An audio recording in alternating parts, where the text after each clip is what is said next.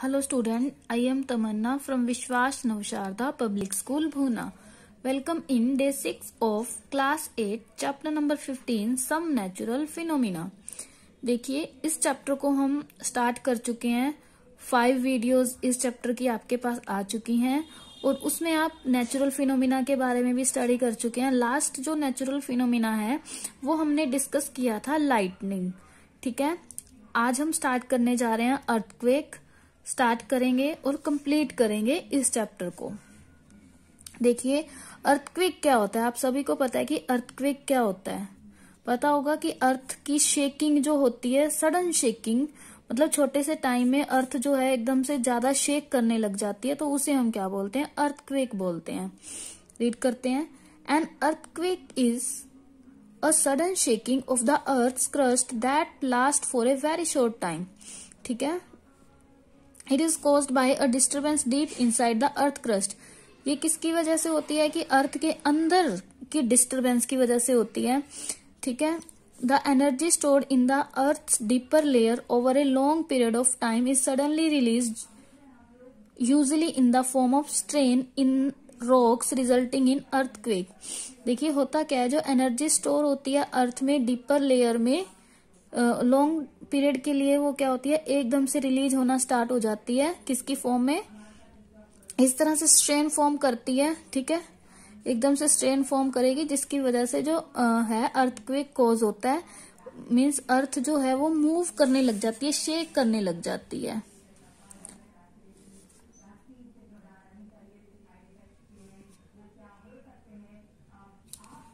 To understand how exactly the earthquake occur, मतलब कि earthquake किस तरह से अकर होता है, ये you need to understand the internal structure of the अर्थ।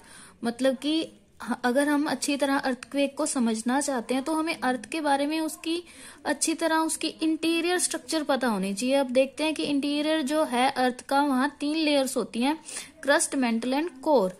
देखिए जो सबसे आउटर लेयर है उसे क्रस्ट बोलते हैं, उसके बाद मेंटल, उसके बाद क्या होती है, कोर। कोर भी 2 टाइप की होती है, मतलब कोर के भी 2 पार्ट होते हैं, इनर कोर और आउटर कोर होते हैं। ठीक है, देख लेते हैं यहाँ इन तीनों लेयर के बीच के डिफरेंस। देखिए पोजीशन, क्रस्ट, मेंटल, कोर, ये आउटर मोस्ट है, ये सेंट्रल है, ये इनर मोस्ट है। ठीक है, इनर मोस्ट में भी जो सबसे इनर है वो इनर कोर और इनर कोर के बाहर वाली आउटर कोर है। इसकी थिकनेस 5 से 10 किलोमीटर थिक है ये ओशियन फ्लोर में, और 30 to 35 है ये थिक अंडर द कंटिनेंट्स। ये कहाँ है, 29,000 किलोमीटर तक है। ठीक है, और प्लेस टू प्लेस वेरी भी करती रहती है। ये है 6,360 किलोमीटर डेप्थ तक। कॉम्पोजिशन क्या है, इसके अंदर रॉक्स हैं। ठीक है, इसके अंदर भी रॉक्स हैं लाइक आयरन और मैग्नीशियम। इसके अंदर लाइटर रॉक्स हैं। इसमें क्या है, आयरन और कुछ निकल है। स्टेट ऑफ मैटर ये कैसी है, सॉलिड। अब यह due to high pressure the mantle rock are, ये भी सॉलिड में है। ठीक है, in the inner layer rock are, inner layer में क्या होते हैं, मोल्टन स्टेट में होते हैं। जो आउटर कोर है मोल्टन स्टेट में, but inner core solid ball है। आउटर कोर में तो मोल्टन स्टेट में मिलेंगे आपको, बट इनर कोर क्या है, एक सॉलिड बॉल की तरह है। ठीक है, अब देखते हैं कि अर्थक्वेक के कॉज क्या क्या है। एक कॉज नहीं है अर्थक्वेक का। देखिए ये 4 कॉज यहाँ दिए हैं, 4 को ही हम स्टडी करेंगे डिटेल से। क्या क्या कॉज हैं अर्थक्वेक के, movement of tectonic plate.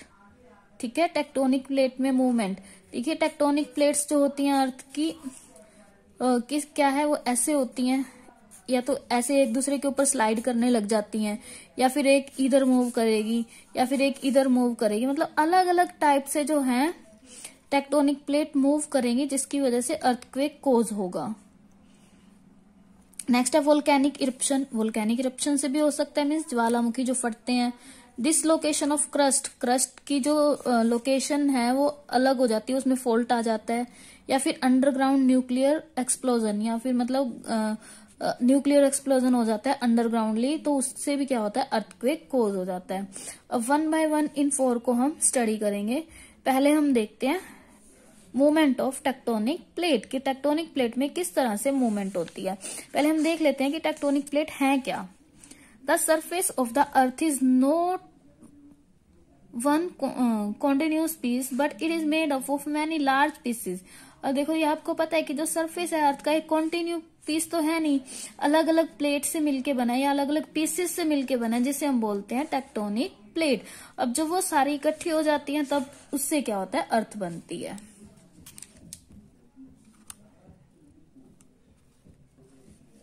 The world is divided into 7 large tectonic plate and several smaller plate। जो वर्ल्ड है वो 7 लार्ज टेक्टोनिक प्लेट में डिवाइड है और उसके अंदर बहुत सारी छोटी छोटी प्लेट्स हैं। ठीक है, उनके बीच की जो स्लो मूवमेंट होती है, मतलब वो स्लो मूवमेंट करती रहती है, कभी कभी डिस्टरबेंस की वजह से उनके अंदर ज्यादा मूवमेंट आ जाती है, जिसकी वजह से फिर अर्थक्वेक कोज हो जाता है। ठीक है, अर्थक्वेक प्रोन जोन, जो अर्थक्वेक प्रोन जोन्स है वो ब्राउन कलर का है। देखिए दिस एरिया, ये अर्थक्वेक प्रोन एरिया है या फिर जोन बोल सकते हैं। ठीक है, ये क्या, यहाँ पर क्या है, टेक्टोनिक प्लेट की बाउंड्री है।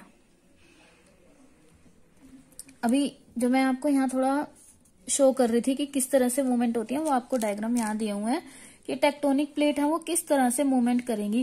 देखो कभी कभी एक दूसरे के ऊपर स्लाइड होएंगी, ठीक है, कभी क्या होगा, एक दूसरे के पास आएंगी, कभी कभी एक दूसरे से दूर जाएंगे। मीन्स मूव तो कर रही है ना किसी तरह इनमें मूवमेंट होगी, जिसकी वजह से क्या होगा, अर्थक्वेक कोज होगा। ठीक है, ये हमारा फर्स्ट रीजन था कि मूवमेंट ऑफ टेक्टोनिक प्लेट से किस तरह अर्थक्वेक कोज होगा। नेक्स्ट देखते हैं वोल्केनिक इरप्शन। वोल्केनो क्या होता है, एक होल है अर्थ क्रस्ट में जहां से मोल्टन रॉक्स या फिर हॉट गैसेस जो है वो बाहर आती हैं। द एनर्जी रिलीज, जब वोल्केनिक इरप्शन होगा तो उस टाइम पे एनर्जी रिलीज होती है, जिसकी वजह से अर्थ में क्या होता है, वाइब्रेशन कोज हो जाती है। ठीक है, फिर इन्हीं वाइब्रेशन की वजह से क्या होता है, उसके आसपास के एरिया में अर्थक्वेक कोज हो जाता है। ठीक है, या तो इसके मतलब कब होगा अर्थक्वेक कोज, या तो उसी टाइम पे होगा जब वोल्केनिक इरप्शन हो रहा है, या फिर उससे पहले होगा। ठीक है, नेक्स्ट है dislocation of crust. Over million of year the movement of the tectonic plate have created weak point in the earth crust. मतलब कि अर्थ क्रस्ट में जो है टेक्टोनिक प्लेट ने वीक पॉइंट बना लिए, जिसे हम क्या बोलते हैं, फोल्ड्स बोलते हैं। Most fold occur along the boundary, जो मोस्ट फोल्ड है वो कहाँ है, बाउंड्री के पास है टेक्टोनिक प्लेट की, और ये जोन्स जो हैं जहां पे अर्थक्वेक अक्कर होता है। ठीक है, द वीक जोन्स, जो वीक जोन्स हैं उन्हें हम क्या बोलते हैं, सिस्मिक या फिर फॉल्ट जोन बोलते हैं। इंडिया में क्या है, in India the area that the most threaten and fall under danger fault zone. मतलब कौन कौन से एरिया हैं जो फॉल्ट जोन के अंदर आते हैं, Kashmir, western and central Himalayas. ठीक है, ये देखो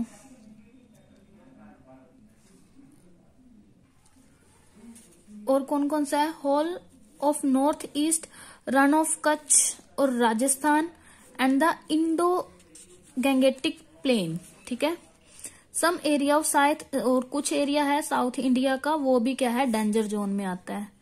ये तो था थर्ड की फॉल्ट जोन की वजह से अर्थक्वेक कोज होता है।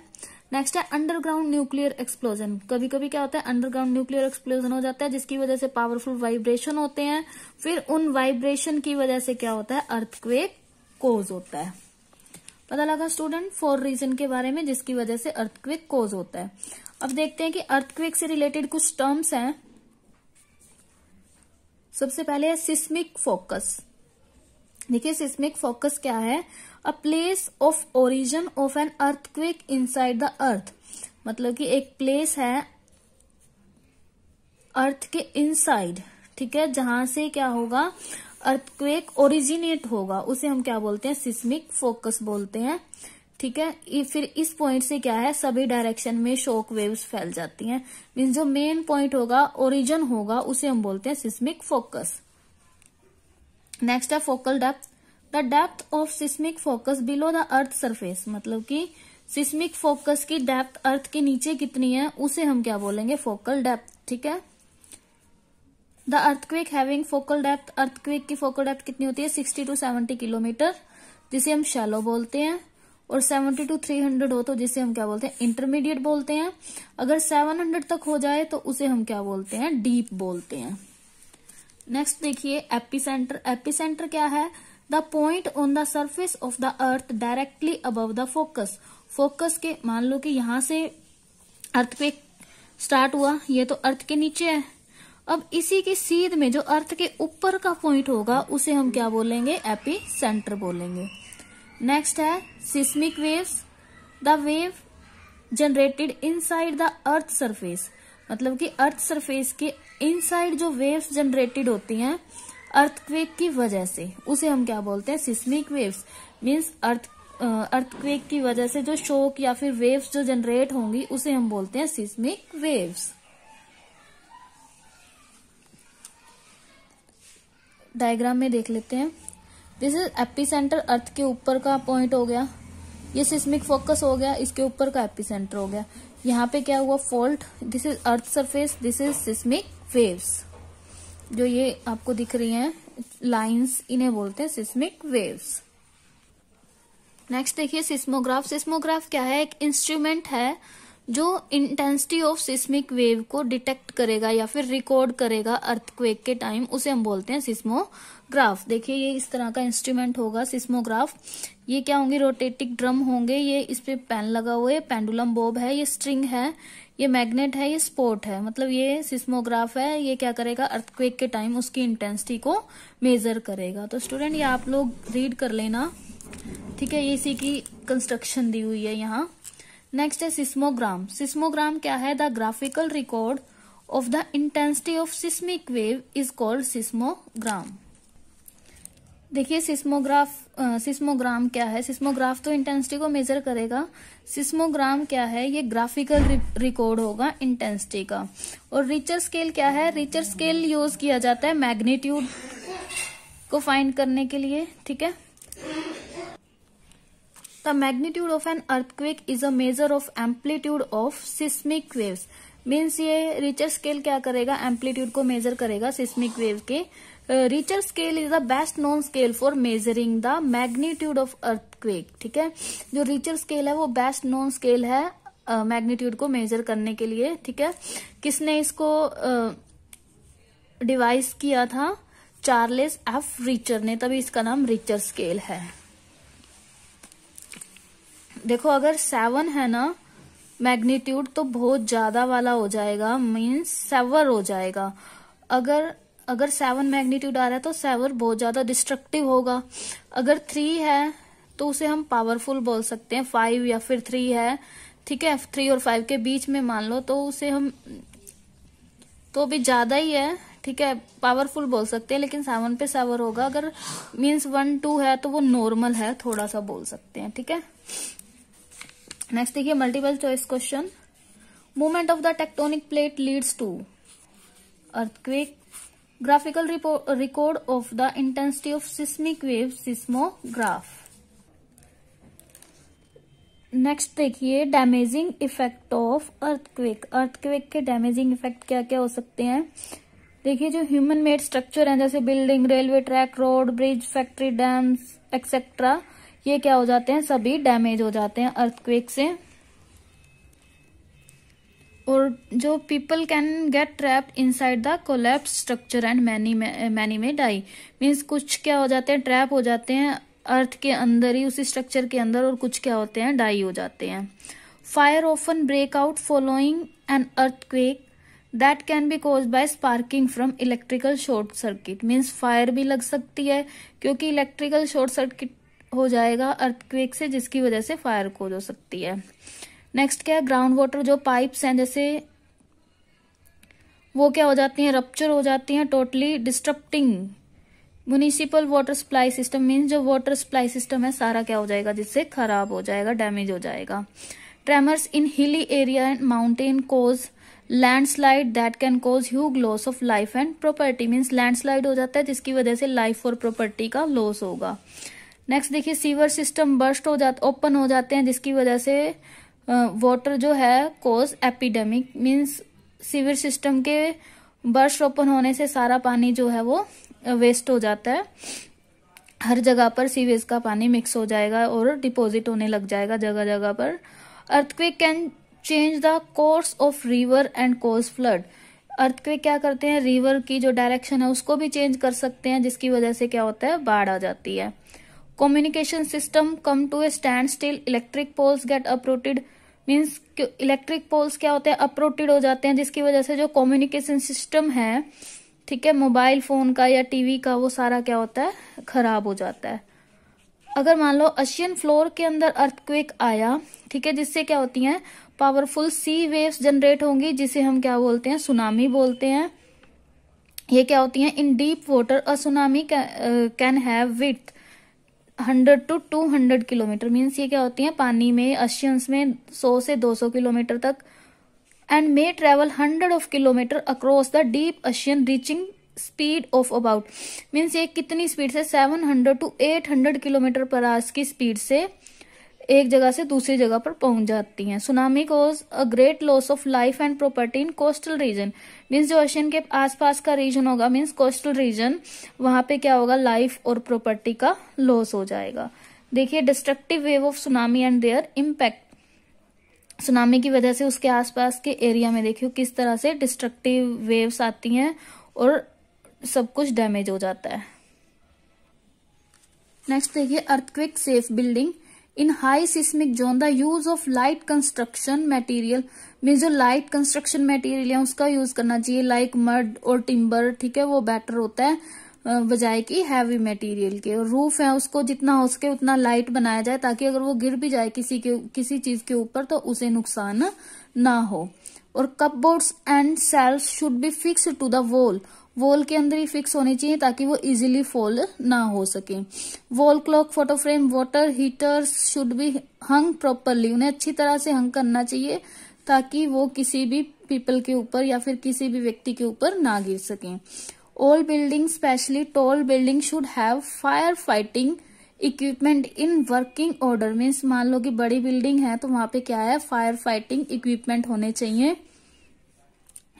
इंस्टॉल आउटवर्ड ओपनिंग डोर, मतलब आउटवर्ड ओपनिंग डोर होने चाहिए, ठीक है, जो इजीली खुल सके।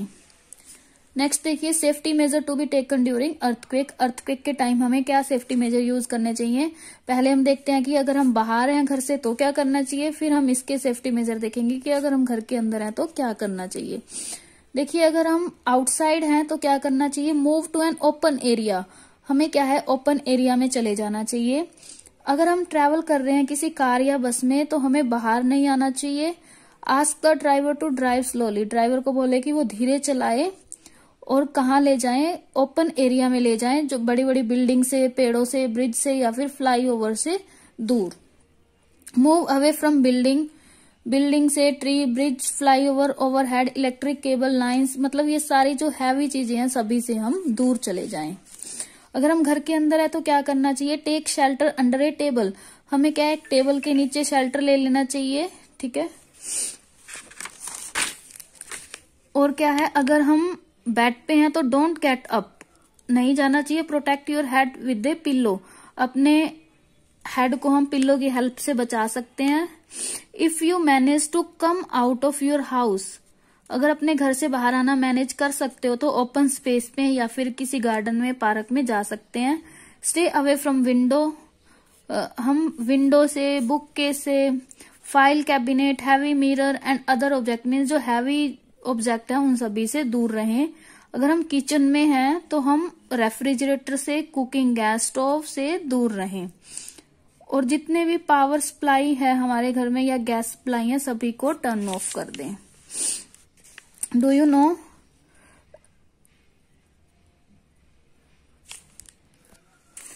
साक्षी अर्थक्वेक था जो 1556 में चाइना में आया था, इसने 8,30,000 पीपल का लॉस कर दिया था और बहुत सारी प्रॉपर्टी का लॉस हुआ था। ये क्या है, एक नेचुरल डिजास्टर है। नेक्स्ट है सुमात्रा, अंडमान, आइसलैंड अर्थक्वेक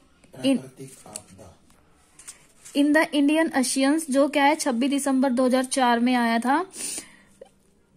कितने टाइम के लिए, 500 to 600 सेकेंड्स के लिए, ठीक है। लॉन्गेस्ट लास्टिंग अर्थक्वेक, मतलब ये क्या था, लॉन्गेस्ट लास्टिंग अर्थक्वेक था अब तक का जो रिकॉर्ड है।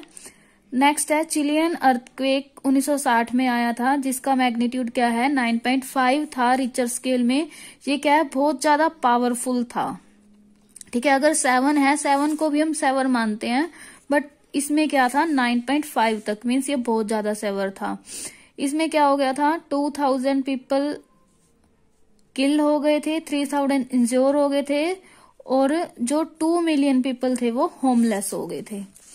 नेक्स्ट है worst devastation due to earthquake was in Japan 1923 में जापान में हुआ था, टोक्यो में, और योकोहामा इन जापान 5,75,000 पीपल जो थे